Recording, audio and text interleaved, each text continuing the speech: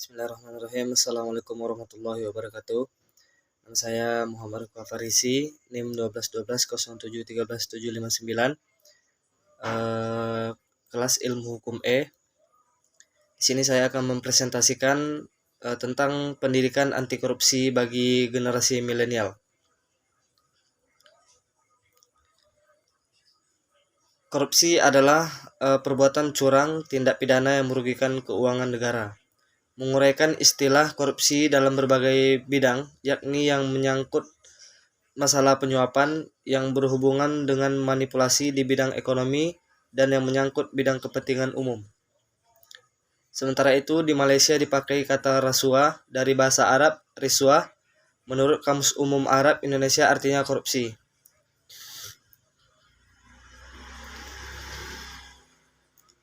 Selanjutnya adalah korupsi adalah kejahatan luar biasa. Peraturan Pemerintah Nomor 99 Tahun 2012 tentang syarat dan tata cara pelaksanaan hak warga binaan permasyarakatan, tindak pidana terorisme, narkotika dan prekursor narkotika, psikotropika, korupsi, kejahatan terhadap keamanan negara dan kejahatan hak asasi manusia yang berat, serta kejahatan transnasional terorganisasi lainnya merupakan kejahatan luar biasa karena mengakibatkan kerugian yang besar bagi negara atau masyarakat, atau korban yang banyak, atau menimbulkan kepanikan, kecemasan, atau ketakutan yang luar biasa kepada masyarakat.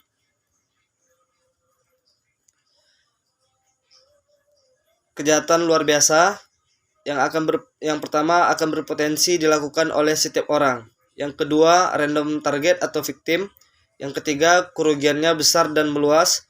Yang keempat, terorganisasi atau oleh organisasi. Bersifat lintas negara, korupsi, TPPU, terorisme, pelanggaran HAM berat, dan narkotika. Sejarah peraturan perundangan tindak pidana korupsi. Yang pertama itu delik korupsi dalam KUHP. Yang kedua, peraturan pemberantasan korupsi penguasa perang pusat nomor PRT garing Perpu 013 garing 1950. Yang ketiga adalah Undang-Undang nomor 24 PRP tahun 1960 tentang tindak pidana korupsi. Yang keempat adalah Undang-Undang nomor 3 tahun 1971 tentang pemberantasan tindak pidana korupsi.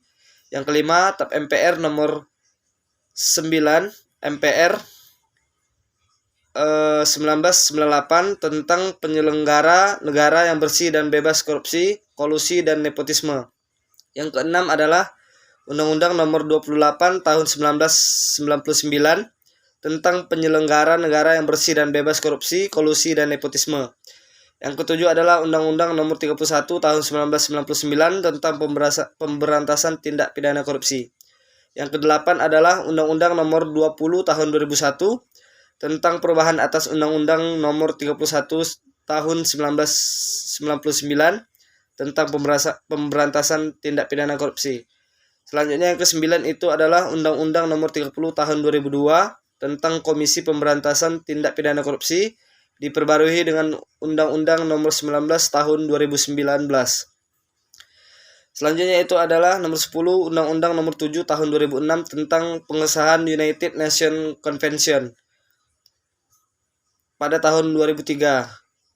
Selanjutnya yang ke-11 Peraturan Pemerintah nomor 71 tahun 2000 tentang peran serta masyarakat dan pemberian penghargaan dalam pencegahan dan pemberantasan tindak pidana korupsi.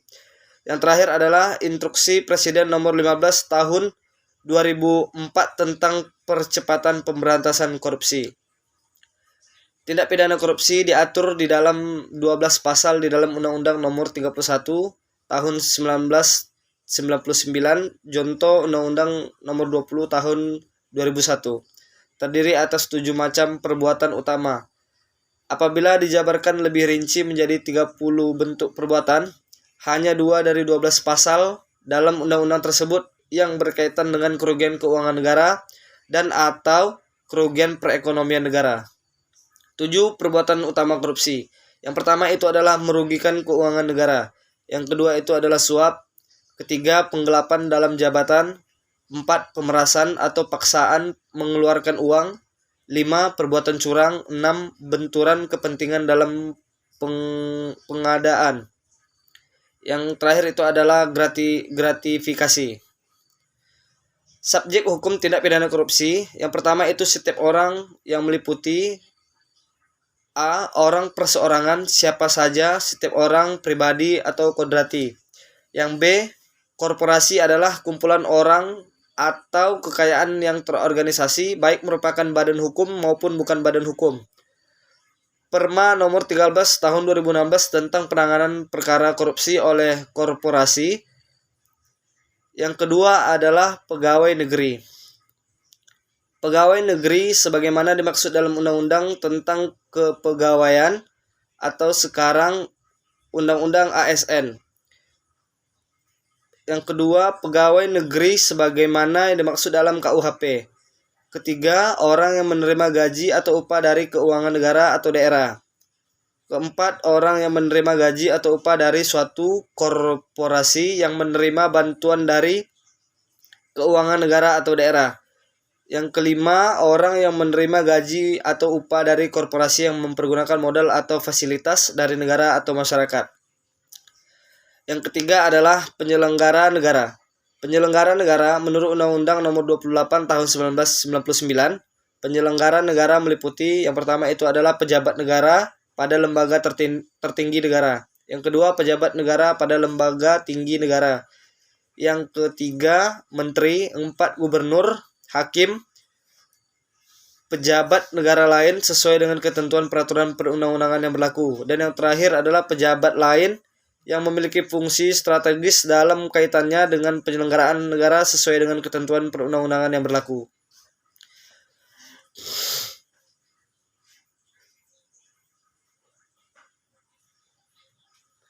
Beberapa contoh rumusan tindak pidana korupsi dalam Undang-Undang Nomor 31 Tahun 1999, contoh Undang-Undang Nomor 20 Tahun 2001 tentang pemberantasan tindak pidana korupsi.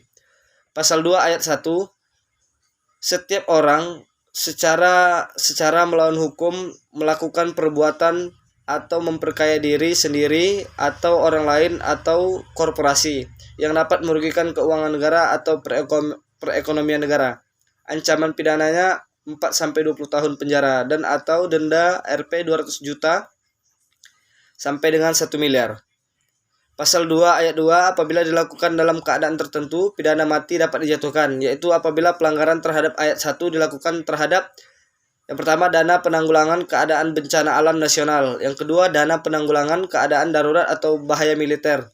Yang ketiga, dana penanggulangan kerusuhan sosial yang meluas. Keempat, dana penanggulangan krisis ekonomi atau moneter. Atau mengulangi kejahatan korupsi atau residivis. Penjelasan Pasal 2 ayat 2 Undang-Undang Nomor 20 Tahun 2001.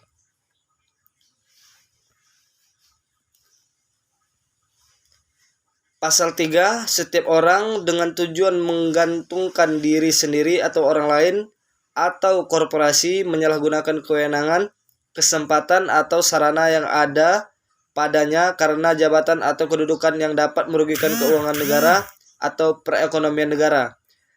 Ancaman pidananya bisa sampai 1-20 tahun penjara dan denda Rp 50 juta sampai 1 miliar.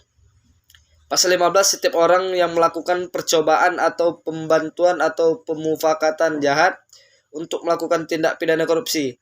Ancaman pidana dalam hal percobaan disamakan dengan delik selesai. Dalam hal pembantuan disamakan dengan pelaku utamanya. Dalam hal pemufakatan jahat disamakan dengan seandainya delik itu sungguh dilakukan. Pasal 12 huruf F, pegawai negeri atau penyelenggara negara pada waktu menjalankan tugas meminta, menerima, atau memotong pembayaran kepada pegawai negeri atau penyelenggara negara lain atau kepada kas umum seolah mereka itu mempunyai hutang kepadanya, padahal diketahui bukan hutang. Pasal 12B ayat 1, setiap gratifikasi kepada pegawai negeri atau penyelenggara negara dianggap pemberian suap apabila berhubungan dengan jabatan dan yang berlawanan dengan kewajiban atau tugasnya. gratifikasi, dasar pemikirannya tidak sepantasnya pegawai negeri atau pejabat publik menerima pemberian atas pelayanan yang mereka berikan. Seorang tidak berhak meminta dan mendapatkan sesuatu melebihi haknya sekedar ia melaksanakan tugas sesuai tanggung jawab dan kewajibannya.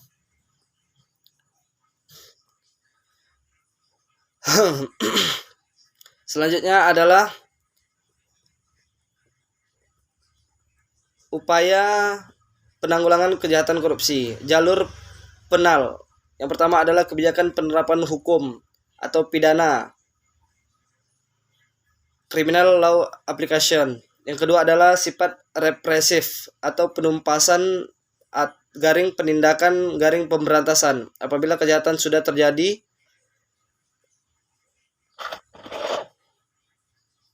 perlu dipahami bahwa upaya tindak represif juga dapat dilihat sebagai upaya tindak preventif dalam arti luas. Jalur non-penal.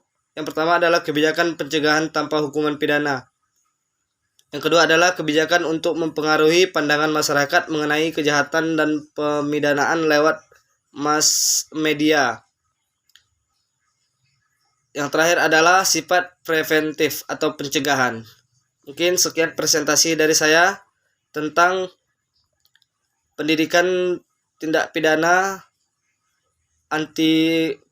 pendidikan anti korupsi bagi generasi milenial.